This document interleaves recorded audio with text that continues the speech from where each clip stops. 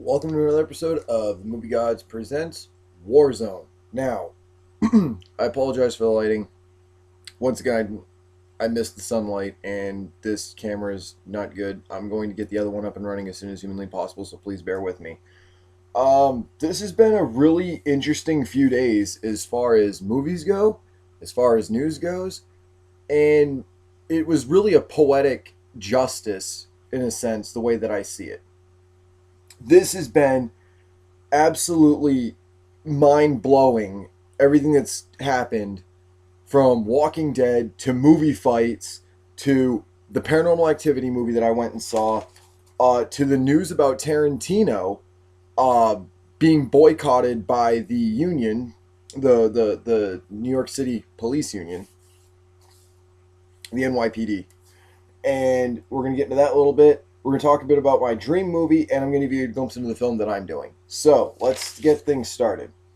First up, with movie fights, I was actually rooting for Dan the whole time. As much as I don't like Dan, as much as I had this like bitterness towards him, I was actually really impressed by movie fights this week. It was intense as far as like the arguments and how people were arguing them. There was a couple of I wouldn't say controversial, but a couple of things that were brought up that actually got my attention. One of the things was the director that is passed that should now uh, uh, that we'd like to see brought back to life, and the arguments were Stanley Kubrick, Alfred Hitchcock, and another director I didn't write down the name. So I thought that was a really good fight. I was surprised nobody mentioned Wes Craven. However, Dan did say that one of the best movie villains was in horror was Freddy Krueger, and he actually won that fight. So that was a good bout, and I feel like this was one of the best movie fights I had seen. Um, the speed round was pretty interesting. There was discussion about a lifeline and whether there was one or not. So, a couple of things with that with Dan winning the movie fight and me actually wanting him to win that fight, even though there was this guy Scott that I like, who when he fights, I usually kind of root for him or I'll root for Hal. Those or Spencer. Those are like my top three. And even though Scott was in that fight, I was really kind of happy that Dan won that. So that was well played, Dan. Uh, was I excited about the host? No, and I'm not really going to get into that. Let's get into something a little more gritty and raw iron. Something that's been on everyone's mind for, well, 24 hours, close to 48 actually. Let's talk Walking Dead, episode 3. Thank you, which by the way is the name of the episode. Let's discuss this right off the bat. Let's talk about Glenn's death. We know everything else that happened. There was a lot of deaths in this one. I think we have seen some of the most some of the highest numbers in casualties in this episode than we have in a long, long time. And to me, this episode was very crucial.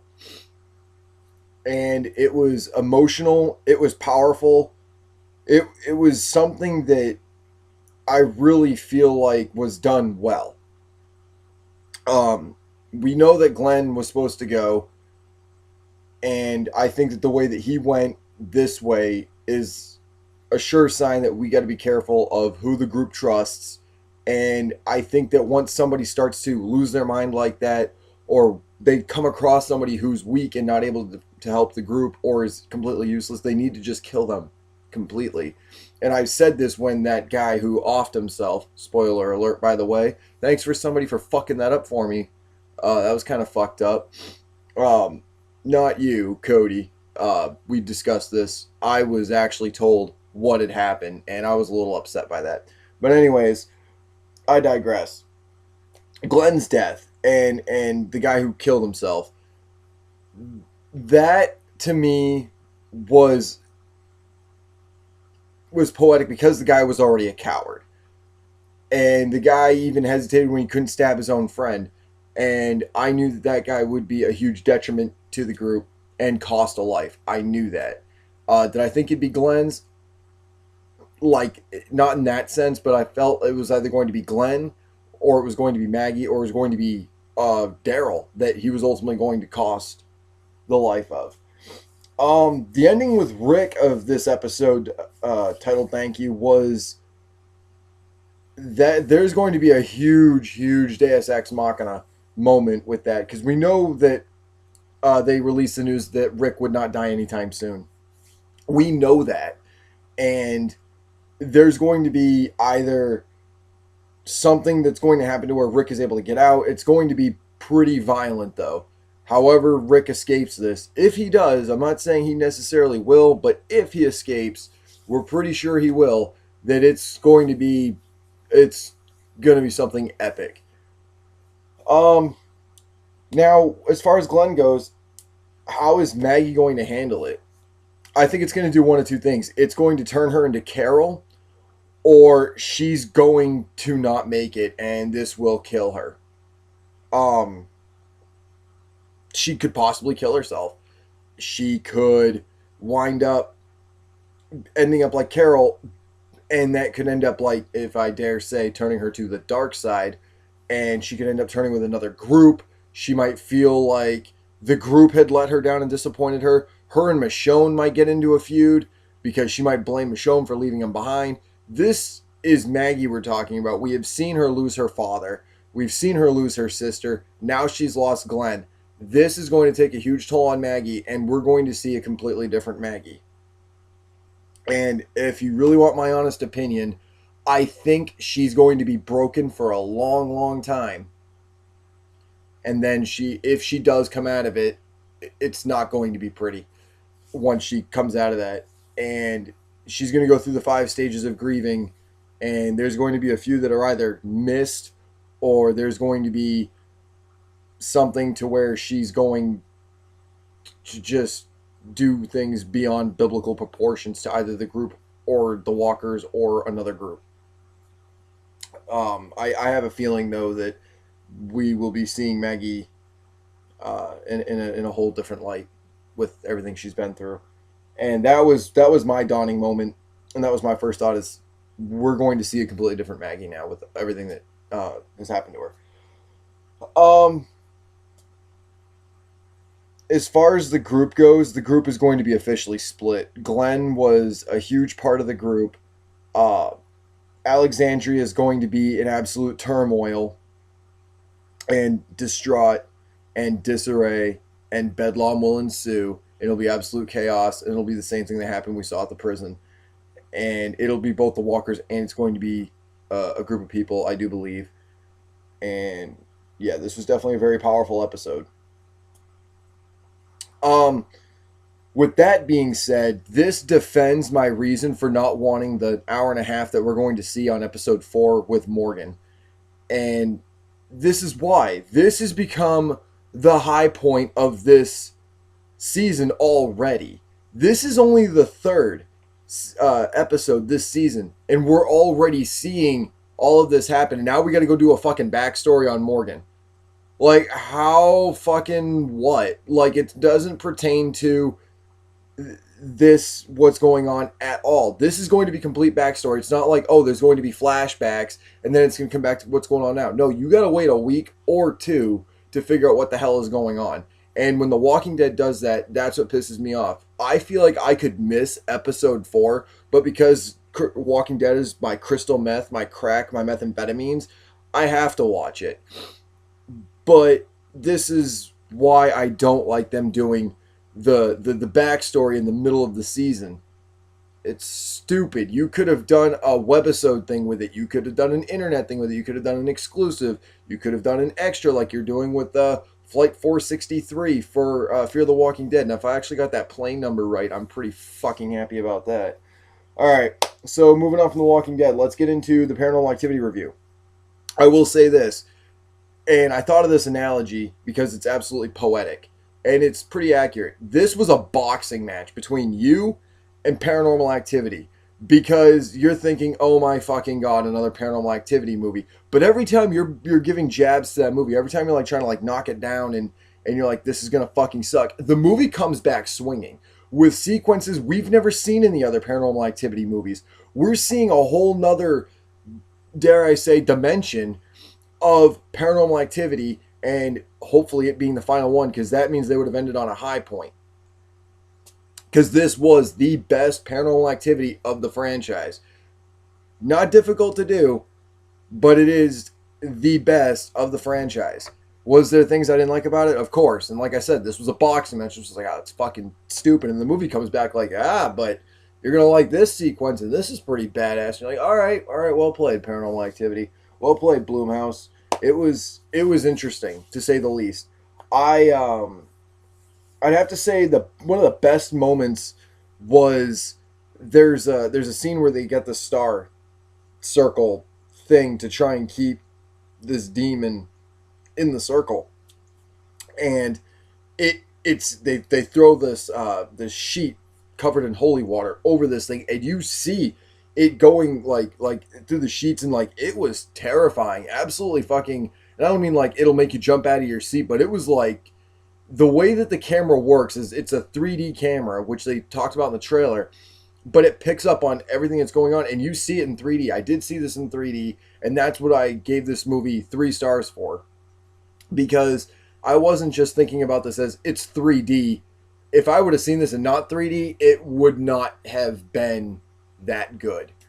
And watching it in 3D, it is a popcorn movie, but it doesn't have the jump scares like they do with the whole initial audience thing, with the green light that casts over the audience. You've seen people jump out of their seats.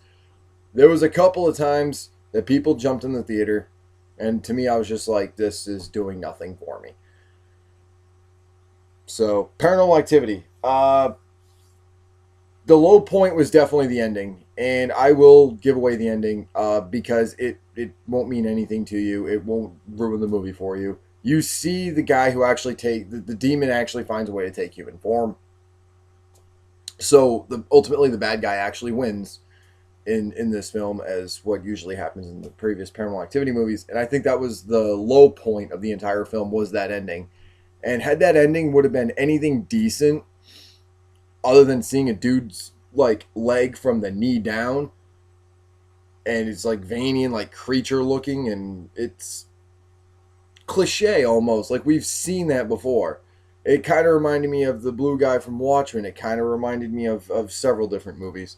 So Paranormal Activity, Ghost Dimension, definitely unique. Loved the camera. I like how they opened up the camera and like talked about it, and like, well, this camera does this, but this one's got like all these, and it's like it was made for this. As cheesy as that was, as much as that was to give it the movie an excuse to make it in 3D, that camera was amazing.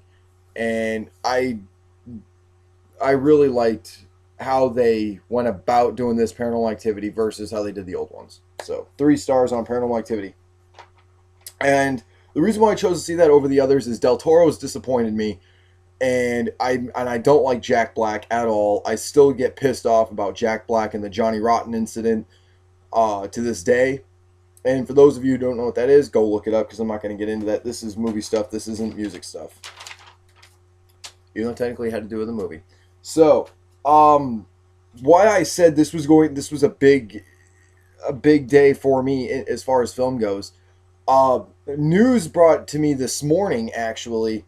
I did predict Glenn's death. I did know it was going to happen when they said there was going to be another death on the show. I didn't even need to read it. I knew it was going to be Glenn. Don't ask me how. I'm not a psychic, although it could be argued. But we're looking at the Tarantino and the NYPD union boycott. Tarantino stood against police brutality in New York City, and now the union is saying, please boycott his films. This is the problem with politics and in film. The NYPD is the NYPD. You don't have to bring movies into it. And because Tarantino is the director and wanted to stand up against police brutality, it's because there's a big name who's very popular with both conservatives and Democrats, even though Tarantino is very liberal, as is Oliver Stone. And conservatives, they don't internet well. I noticed that. Call me an asshole if you want, but the conservatives do not internet well. And this, I think, is what's going to become another political thing. This is going to drive that helter skelter, so to speak, that we were seeing. And now they're trying to draw directors into it and big names into it, even though they were standing for what they believed in, because now directors are responsible for how people treat cops filmmakers and musicians are casualties. They're scapegoats. They're the poster child, really, of either chaos or of things that have gone wrong, and they're beaten down for if something were to happen. Say Columbine, you hear about Marilyn Manson. What you may have heard about was NBK, Natural Born Killers. Ironically enough, Columbine actually really supported what Natural Born Killers was saying. See, Oliver Stone, when he made that movie, and originally written by Quentin Tarantino, it was not a film about glorifying violence. It was about how the media will glorify the violence and how people will eat it up, and it becomes this fandom thing that we see with films and books and whatever. We see the same thing in Natural Born Killers with Columbine. When Columbine, the shooting happened, they constantly quoted NBK. Well, this was the kind of thing that NBK was talking about. It was talking about how we glorify shootings and mass murders and serial killers, and how the media, jacks up ratings for it, and they milk it for everything it's worth, because that's what people want. They want the blood and the guts and the violence. So really what it was a way of saying, this is society, and this is how society will always be and always has been.